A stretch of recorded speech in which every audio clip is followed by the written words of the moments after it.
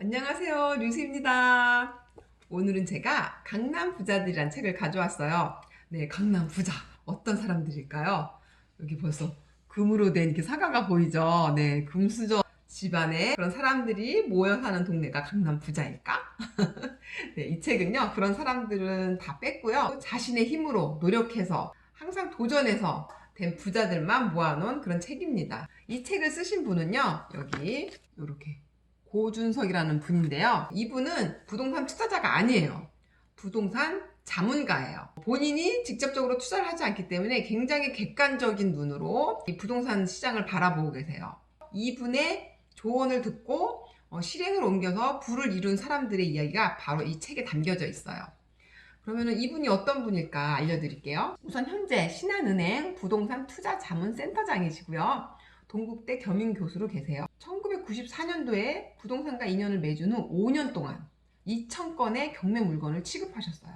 그래서 번지수만 갖고도 땅을 탁 찾아낼 정도로, 그러니까 본인의 돈으로 투자를 하지 않기 때문에 여러 경험이 있으신 거예요. 오히려 투자자들의 돈으로 본인이 알아서 수익을 내줘야 되기 때문에 훨씬 경험이 많으신 거예요. 내가 투자자라고 하면 경매를 2,000번이나 할 수 있겠어요? 힘들잖아요. 근데 이분은 그만큼 객관적인 데이터를 갖고 계신 거예요. 네, 그래서 이분이 어떻게 하면 부자가 될 수 있고 어떻게 하면은 부자와 점점 멀어질 수 있는지 그 이야기가 담겨져 있어요. 그러면 객관적인 투자 자문가의 눈으로 본 강남 부자들 이야기를 알려드릴게요. 제가 관심이 가는 건요, 부자 엄마 대 가난한 엄마예요. 부자 엄마 대 가난한 엄마가 이 책 앞 페이지에 나와 있어요. 부자 엄마들은 부동산에 대해서 아는 것보다 모르는 것이 더 많아도 부족한 부분을 이론이 아닌 현장을 발로 뛰면서 채워나간다. 꾸준히 현장을 돌아다니며 이것저것 분석하고 투자 기회를 엿본다. 또한 주변의 부자 엄마들의 조언에 귀를 기울이며 배우고 또 배운다. 어렵거나 잘 모르는 일도 다른 사람에게 맡기지 않고 직접 처리하며 실전 경험을 쌓아간다. 반면 가난한 엄마들은 대부분 자산 관리를 남편의 몫으로 떠넘긴다. 부자 엄마들의 얘기에 관심을 기울이지 않는다. 게다가 어렵게 투자 결심을 하더라도 두 발로 뛰기보다는 시장 분위기에 편승한 투자를 하다 보니 손해보기 일수다. 이런 사람들은 절대로 부자 엄마가 될 수 없다.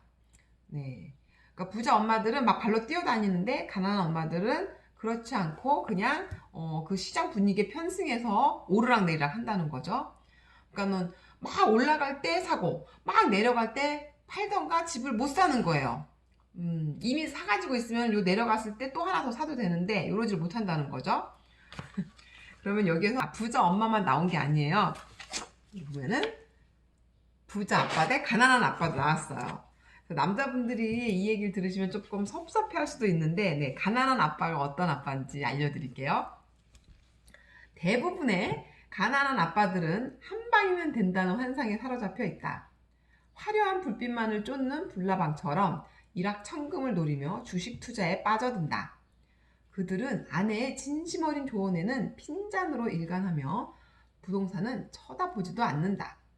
은퇴 이후는 전혀 준비하지 않으며 초조한 마음으로 당장의 수익에만 급급한다. 이러한 투자 습관의 종착역은 가난한 아빠일 뿐이다. 환상에 많이 사로잡혀 있다는 거죠. 주식 투자에 많이 빠져들고 가난한 아빠의 특징입니다. 가난한 아빠에서 벗어나 부자 아빠가 되고 싶다면 우선 투자 편식의 습성부터 버려야 한다. 또한 은퇴 이후를 생각한다면 항상 아내의 조언을 귀담아 들어라. 그리고 부자 아빠들은 이미 모든 자산 관리를 아내에게 신탁하고 있다는 사실도 명심하라. 부자 아빠가 되고 싶다면 지금 당장 모든 자산 관리를 아내와 함께 하든지 아니면 아예 부자 엄마에게 맡겨라. 네. 네. 자, 아빠들 자산 관리에 자신이 없으면 엄마한테 맡기세요. 네. 엄마는 아이를 키우고 집을 관리하는 분이기 때문에 훨씬 알뜰하게 돈을 쓸 수가 있단 말이에요. 엄마를 믿고 맡기라는 거죠. 부자들은 역발상을 자주 한다는 거죠. 그런데 아파트 시장에 사람들이 몰려들 때 부자들은 그 근처에도 얼씬거리지 않는다. 또한 부자들은 현장을 중요시하며 이를 바탕으로 투자 여부를 결정한다. 다른 사람들이 가지 않는 길을 걸으며 성공하는 부동산 투자의 선구자가 되는 것이다. 이들이 곧 부자가 되는 역발상 투자가인 것이다. 이리저리 휩쓸리는 따라쟁이들은 절대 부자가 될 수 없다. 그들은 가격이 떨어질 때 두려움에 사로잡혀 움직이지 않는다. 그러다 가격이 올라갈 때 묻지마 투자에 나선다. 또한 현장보다는 이론에 사로잡혀 투자를 결정하는 우를 범한다. 네, 제가 한번 이랬죠. 그 분위기에 막 휩쓸려서 제가 분당 아파트를 샀잖아요. 막 하루가 다르게 1,000만 원씩 뛰니까 제가 더 뛰기 전에 빨리 사야지 하고서는 진짜 제가 이제 목에 산 거죠. 목에. 무릎에 살았는데 목에 산 거예요. 그 이후로 이제 머리까지 이제 올라갔죠. 요때까지가 3천만 원 저한테 더 주고 사겠다는 그런 부동산의 전화를 받고 그게 이제 끝난 거죠. 그 이후로는 계속 떨어지는 거예요. 계속 떨어지거나 이제 보합하는 거죠. 왜냐면은 집값이 떨어질 때 많이 떨어지진 않아요. 제가 경험해 보니까. 떨어진다 하면서도 제가 샀던 가격보다는 떨어지긴 했거든요. 그런데 한 10% 정도까지만 더 떨어졌고요. 더 밑으로 떨어지진 않았어요. 그러니까 그런데 하지만 이렇게 막 사람들이 막 이제 사러 가려고 막 몰려들 때 막 집값이 오른다 막 연일 매일 뭐 얼마가 올랐다는 이런 뉴스가 나오고 이럴 때 막 사람들이 사게 된다는 거죠. 그러지 말라는 거예요. 그래서 저는 지금 이렇게 막 분양시장에 막 이제 몰려갈 때 지금 세종시에 분양하라고 분양시장 막 몰려가잖아요. 분양가 상한가 제한해놓고. 근데 이미 굉장히 좋은 단지들은 다 분양이 끝났어요. 지금 세종시 아직도 좋긴 하지만 그 외곽 지역 약간 이제는 좋은 입지에서 떨어진 지역을 분양하고 있고요. 그 분양가가 옛날 그 지역의 분양가보다 더 비싸단 말이에요. 그래서 저는 지금 분양도 계속 떨어지긴 하지만 뭐 경쟁률이 너무 세서 그래서 저는 기축 아파트를 관심 있게 보고 있습니다. 이미 입지가 좋은 기축 아파트. 옛날 분양가보단 피가 2억 정도 올랐어요. 1억에서 2억 정도 올랐지만 전 그게 더 낫다고 봐요. 왜냐하면 지금 분양하는 아파트는요. 그 피 2억 준 것만큼 준하게 가격을 분양하고 있단 말이에요. 근데 입지는 더 떨어지죠. 아파트는 새 아파트긴 하지만은 입지가 많이 떨어져요. 그래서 제가 볼 때는 좀 아닌 것 같더라고요. 그래서 저는 입지 좋은 기축 아파트를 보고 있습니다. 우선 30평대는 잡을 수 없고 너무 비싸니까 좀 저렴한 20평대 아파트를 관심 있게 살펴보고 있어요. 그래서 이렇게 제가 한번 경험이 있기 때문에 약간 반대로 행동하는 게 좋다는 거를 알고 있어요. 한번 경험을 했기 때문에 막 시장 분위기에 따라 움직이지 않는 게 중요하다는 걸 알고 있어요. 그래서 그냥 경험해 보세요. 이게 다 교육비예요, 교육비. 엄청난 교육비인 거죠. 10년이란 세월과 몇 억이라는 교육비가 들어간 거예요. 자, 그러면 부동산 고수는 어떻게 할까요? 부동산 고수는 신속하게 행동한다는 거죠. 부동산 고수는 지금이 타임이란 판단이 들면 즉시 행동으로 옮긴다. 그들은 신속하게 결정하고 즉시 실행하는 습관이 몸에 배어 있다. 빠른 놈이 느린 놈을 잡아먹는 정글의 법칙이 고스란히 적용되는 부동산 시장에서 성공할 수밖에 없는 특별한 DNA를 가지고 있는 것이다. 이 DNA는요, 본인이 만들면 돼요. 경험을 하면서 만들면 돼요. 그리고 이제 이렇게 책을 읽으면서 공부를 해야 되겠죠? 제가 경험이 예전에 그렇게 있었어도 두려운 거예요. 두렵기 때문에 또 할 수가 없어요. 그동안 제가 부동산에 뛰어들 수가 없더라고요. 너무 깨끗하고 좋은 거예요. 깨끗하고 좋다. 근데 뭐 이 시골이 뭐 돈이 오르겠어? 이러고 있었던 거예요. 왜냐면 저는 서울에서만 살았던 사람이라. 그런데 제가 이사 오고 2년 만에 여기가 2억 이선이 올랐어요. 제가 살고 있는 지금 이 집 아파트가 제가 왔을 때는 3억대였거든요. 지금 이제 5억대가 된 거예요.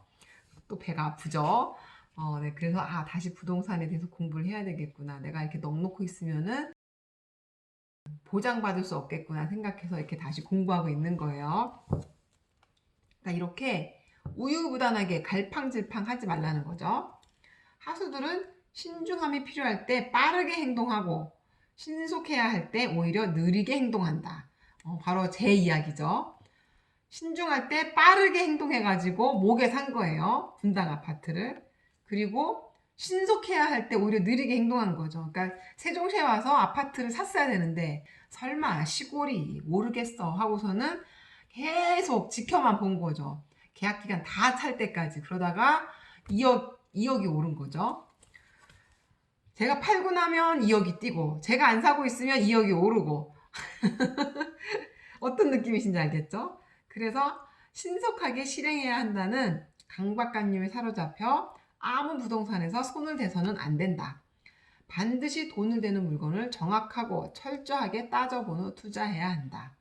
네, 그래서 저는 지금 분양이 계속 떨어지니까 분양은 포기하고 기축 아파트 좋은 곳으로 눈을 돌렸습니다. 이번엔 또 과감하게 버려라예요. 부자들은 투자 가치가 없는 여러 개의 부동산보다 미래 가치가 확실한 하나의 부동산을 선호한다. 미래 가치가 불투명한 부동산은 과감하게 처분한다. 부자들은 양보다 질로 승부한다. 제가 또 과감하게 버리질 못하고 그 인천의 재개발 그 빌라를 한 몇 년간 또 가지고 있었잖아요. 팔지를 못하겠는 거예요. 언젠간 오르겠지. 여기가 재개발이 되겠지. 설마 이렇게 낙후가 됐는데 재개발하지 않겠어? 그리고 전철역도 생겼는데 거기다 인천 아시안게임도 했는데 언젠간 재개발하겠지. 하겠지 하면서 집값이 계속 떨어지는 거예요. 집값이 계속 떨어지고요. 하수도는 다 터졌고요. 그래서 하수도 터진 김에 그때 이제 팔았어요. 그러니까 이렇게 손해볼 거 다 보고 난 다음에 팔라는 거죠. 제가 샀을 때보다 1,000만 원 떨어졌을 때 딱 팔았어야 되는데 왜냐면 제가 그 빌라를 6,800에 샀는데 4,800에 팔았으니까 거의 반토막이 난 거죠. 그래서 이렇게 버릴 땐 과감하게 버려야 되는데 저처럼 우물쭈물 하다가 진짜 그래도 지금 생각해보면 과감하게 잘 판 것 같아요. 그때 같이 투자했던 분들이 계시거든요. 그분은 아마 아직도 못 팔았을 거예요. 그분은 거기에다가 진짜 묻지마 투자 얘기를 듣고 5채 정도를 사셨어요. 근데 그거 다 반토막 났으니 얼마나, 그러니까 못 팔아요. 그러고 나면은. 그러니까 여기에 지금 손자병법 이야기도 나옵니다. 손자병법에 이르기를 상황이 아무리 최악이라 해도 절망하지 마라. 모든 것이 두려울 뿐이라 해도 두려워하지 마라. 사방에 위험이 도사리고 있어도 그 무엇도 두려워하지 마라. 자원이 없을 때는 지략에 의지하라. 결코 서두르거나 실망하지도 말고 어렵고 힘이 들수록 치밀한 전략을 세워 현실에 최선을 다하라는 가르침이다.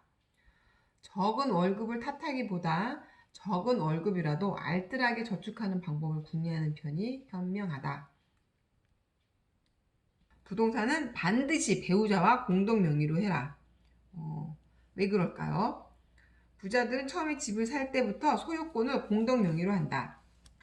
처음부터 공동 명의로 하면 추가로 들어가는 세금이나 비용이 전혀 없다. 하지만 단독 명의에서 공동 명의로 바꾸면 소유권을 일부 이전하는 데 따른 취득세, 등록세와 함께 등기 비용도 부담해야 한다. 그렇죠. 그래서 공동 투자를 하게 되면요. 어떻게 되냐면